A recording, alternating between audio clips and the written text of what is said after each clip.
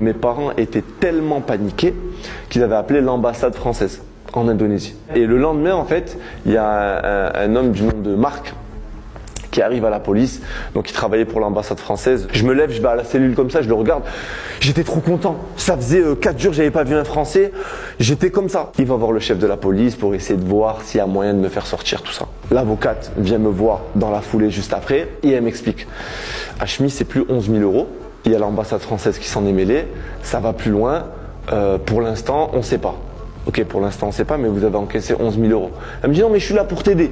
T'inquiète, on va trouver une nouvelle solution. Mais là, le chef de la police, il a peur. Parce que l'ambassade française le sait. Normalement, ça se règle entre nous. On étouffe ça, il prend ses sous et tu sors. Je repasse encore une nuit à l'isolement. Là, j'avais plus trop d'espoir. Qu'est-ce qui va se passer? Comment on va faire?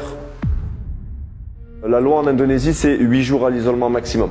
Au bout de 8 jours, on est obligé de t'envoyer en prison. Au bout de 8 jours, je suis incarcéré à la prison de Polda. On m'a mis la tenue orange, les menottes en plastique et on m'a fait traverser une cour et j'étais en prison. Il faut savoir que les prisons à Bali, c'est pas les prisons en France. Les prisons en France, tu as une chambre, vous êtes 2 ou vous êtes 4, je sais pas. C'est une grande pièce, on est 75. Il y a 3 toilettes. On est vraiment entassés les uns sur les autres. C'est-à-dire tu dors, t'as un mec il est là, t'as un mec il est là, t'as un mec il est plus bas. Ça se battait pour la bouffe. Des fois t'avais des gens qui voulaient manger plus, ils allaient auprès des gens les plus faibles physiquement pour les tabasser et leur récupérer leur bouffe. C'était la loi de la jungle. Ça puait, il n'y avait pas de sortie, pas de promenade, il n'y avait rien. C'était horrible.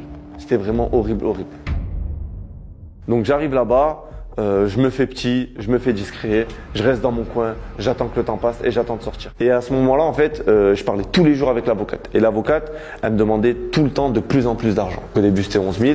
Après, c'est 19 200 plus 30 000. Donc en 24 heures, l'argent est réuni par mes potes. J'ai mes parents aussi qui m'aident beaucoup.